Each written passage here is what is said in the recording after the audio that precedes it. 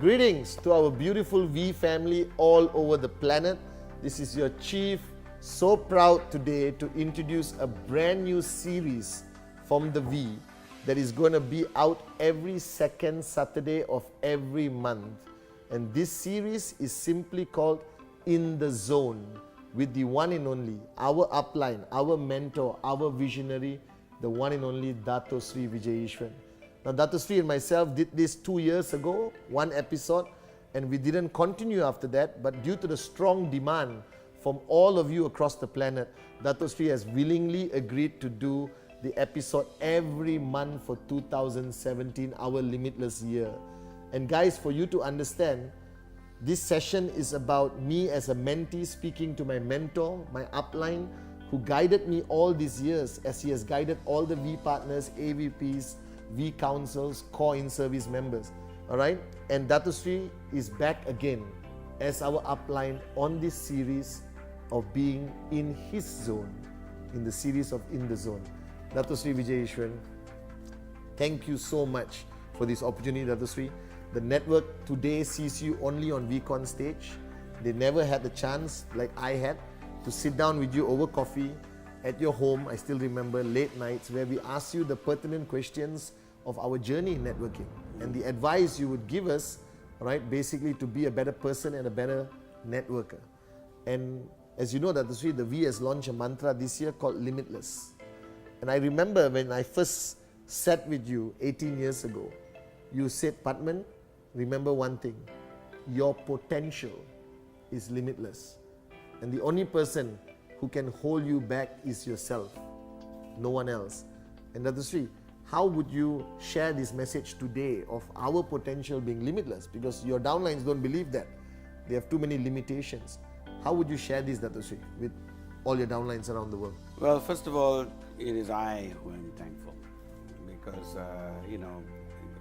for me, this is networking 101.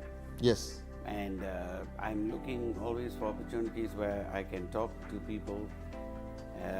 And unfortunately, it's not as often as it used to be. True, Dato Sri. Anyway, I'm glad we can raise and answer some questions as we go along. To me, being limitless is basically setting yourself free from the chains that you have invariably designed around you. We are born limitless. Yes. If you want to see a child, I mean, in one of my training videos, there's a beautiful, brilliant video. It's on YouTube of a 3-year-old standing up there saying, "Do it now." Yes, I remember that. Yeah, and that child is limitless. She's not bound by shame or indignation. She's not bound by any of the rationales that we apply. She just totally wants to get her message across, and she wants to say, "Do it, do it, do it now." And what happened to us is we grew up. We all were that child at one point in time. And limitless is just going back to that point where, we could once again sense that freedom that comes with being able to be just exactly who you are. And we have just created layers and layers of personality. That's not us. That is essentially the way of us coping with the world. So we need to conform. So we reform ourselves in order to conform. And therefore, we form these layers that just keep on padding as we grow older. Sadly, sometimes it takes the whole process to go up to where we are, in our 60s or 70s, and we start reversing it. And that's called second childhood. Yes. Where, like the case of my mom, for instance, and where it is so nice to see the child in them come alive. But the reality is, we should bring the child out now. You see, the greatest networkers are the simplest. They're not complicated people, they are driven people. And they don't set limits, they don't understand the concept. It is us who are fearful of this, fearful of that, confined by this, confined by that, looking here, looking there, listening. If we start listening to what people want, we will never be able to reach our potential. True, that's true. And that is how limits are set, by other people, not yourself. Now, if you set a limit for yourself, whatever it may be, then you can change that limit. You have limits in life wherever we go. We have speed limits. When we drive, we have time limits. When we are working and, we have conformed certain things, we have to rush to a plane or a schedule to be kept. So we have limits in everything that we do, speaking limits, watching limits, viewing limits. Everything is limited by a certain period of time. We put a coin into a machine, it only runs for a certain time. The one thing that has no limit is imagination. There is nothing that limits your imagination except yourself. What you can imagine, you can become. And the beauty of that process is recognizing that everything around us was somebody's imagination at one point. True. We are sitting in buildings that were somebody imagined somewhere. This particular chair was designed by somebody with a pencil somewhere. Everything that we look at, everything that's man-made, everything that we utilize was imagination. So imagination can become real. What limits you? 100 years ago, they said it's impossible, for us to do half the things we're doing right now. Just 100 years. 100 years means your grandfather was born. Your grandfather was alive. Anyone's grandfather. We are now in our middle age and our grandfather was alive. In his time, for instance, to imagine if you went up to him and told him, because at that time, 100 years ago, we were looking at 1910. Yes. Okay, the Wright brothers are just beginning to fly. Planes were just, so you could actually tell him that you can fly from, Sydney to London in so many hours. He's not going to buy that. Your grandfather probably, came here by ship.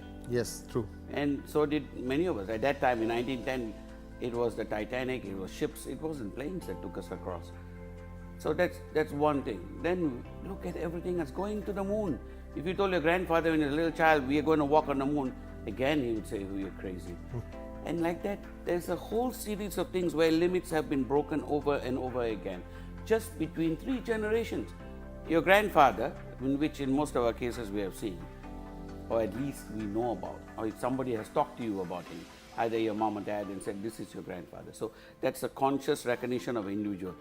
That person lived, and between his life and yours is only 2 generations.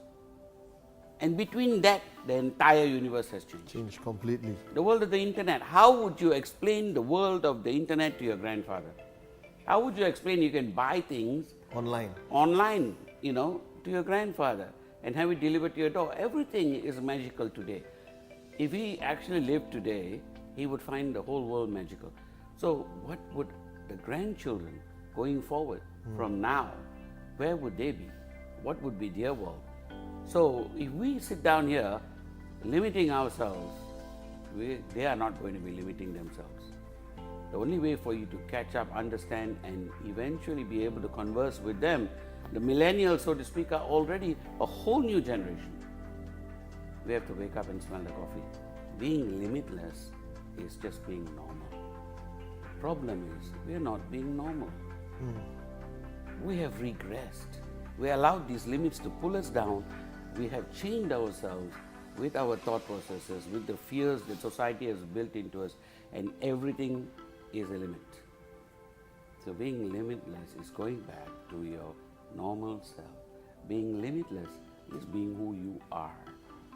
Being limitless ultimately is the real purpose of why you took birth. You took birth not to be limited. You took birth to fly. Completely agree, Datusri. Datusri, you have always told me, which I've always disagreed with you. Right? I remember when you told me that, Padman, there's no difference between you and me. And I straightway told you, Datusri, there's a lot of difference between you and me.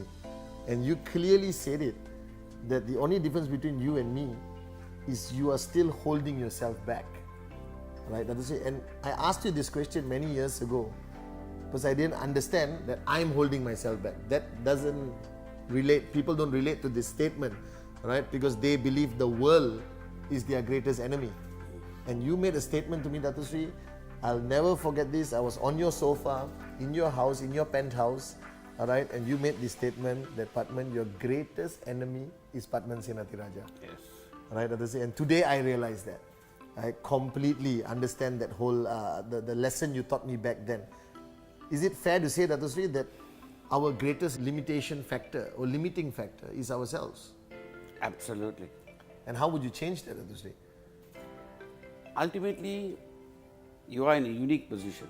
In fact, I just sent out this message about a day ago, which says that you are the sculptor and you are the marble. So that is the most difficult thing to recognize. You are the sculptor working on yourself.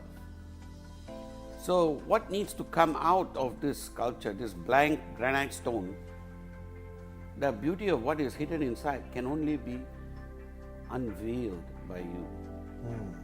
So if you make a mess going into it, Yeah. that's you.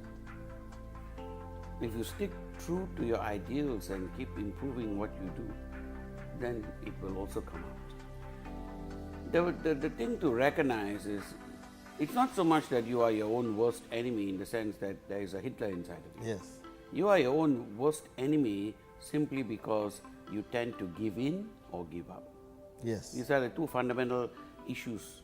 Because generally you know what is right, but there are two things that stop you. One is you give in to temptation. You give in to the fact that, okay, the ego always says to you, Yes. you got to do this, you got to do that, and it even keeps rationally advising you that you're doing the right thing. True, Dato Sri. But if you don't keep going back to find a neutral point of reference, a mentor, guide, anyone else out there, there are 100 points of reference. People are always willing to guide. True. So people are always willing to direct you. Even your worst enemy actually can be your best teacher. Are you I with me? realize that, Dato Sri. What your worst enemy will tell you is exactly what you need to do, what he is confident you will not do. So a lot of times, just listening is a great guide. But just listening means you have to overcome your ego. Yes. So that means you have to humble yourself and say, okay, the universe is talking to me, God is talking to me, someone is talking to me, because this world that we live in is structured in a fashion for us to be able to do our very best. Beautifully put in another way is simply this: we live inside this body. Yes. It is this body that tells us everything. We experience everything through this body. True. You hear through your ears. It is through my eyes that I can define you are sitting there right now. Yes. So this body is the only source, the only bridge between you and the world. If your senses were cut off, you can't see a thing. Helen Keller, for instance, True, Dato Sri. brilliant in the fashion that the only thing she had was a sense of touch. Yes. And it's primarily through the sense of touch she was able to communicate with the world. But because she could not see, she was deaf and dumb, her essential senses were cut off, which meant that beautifully she was in a constant state of mauna, a constant state of Silence. meditation and silence, which allowed her mind to converse with the world, and she was able to see a lot more clearly than us, able to see a lot more clearly than you and me, because simply of the fact she didn't have all the interruptions, she didn't have all the layers, she was a lot more sincere. True, Dato Sri. She was limitless. Helen Keller is a classic example of someone who was limitless. Are you with me? Yes. So she went against the grain. She became the person, the inspiration she was, because she was limitless. So again, what is the worst enemy we have? All of these programming that's in our head. We give up because of the programming, we give in because of the ego. So these two issues, have to be removed. Understood. Because what you were told yesterday is yesterday's news. And the fact that you learned it yesterday means it needs to be relearned today. You need to find a new mentor, guide, source of learning today. So whatever is there cannot be taken as a guide for today. First rule, that's humility. Second, what you're going to apply tomorrow is also not relevant. The only thing relevant, because tomorrow is a dream, yesterday is a memory, today, right now, this moment, living in now, Living in now is the only way to live. Helen Keller had no choice. She had totally cut off. She lived in the now. Mother Teresa beautifully lived in the now. You know, when a reporter asked her, you know, as she bent up to pick up a dirty child from the muddy pool that was there on the ground, she just picked up this child and her robes got all dirty. While cleaning the child, while carrying the child and caressing the child with her love, the reporter says, what difference does it make to pick up this one child? And she said, it makes a difference to him. The reporter was comparing it with the million other children out there. She lived in the now. And living in the now meant this child, at this moment, there was a difference. And that's exactly how you have to overcome, by living in the now. Dato Sri, thank you so much, Dato Sri. This is bringing back memories of me sitting with you over the past 18 years. Thank you so much, Dato Sri, for the first episode. And guys, many more episodes to come with our one and only upline and mentor, the one and only Dato Sri Vijay Ishwan. And this is your opportunity to be in his zone.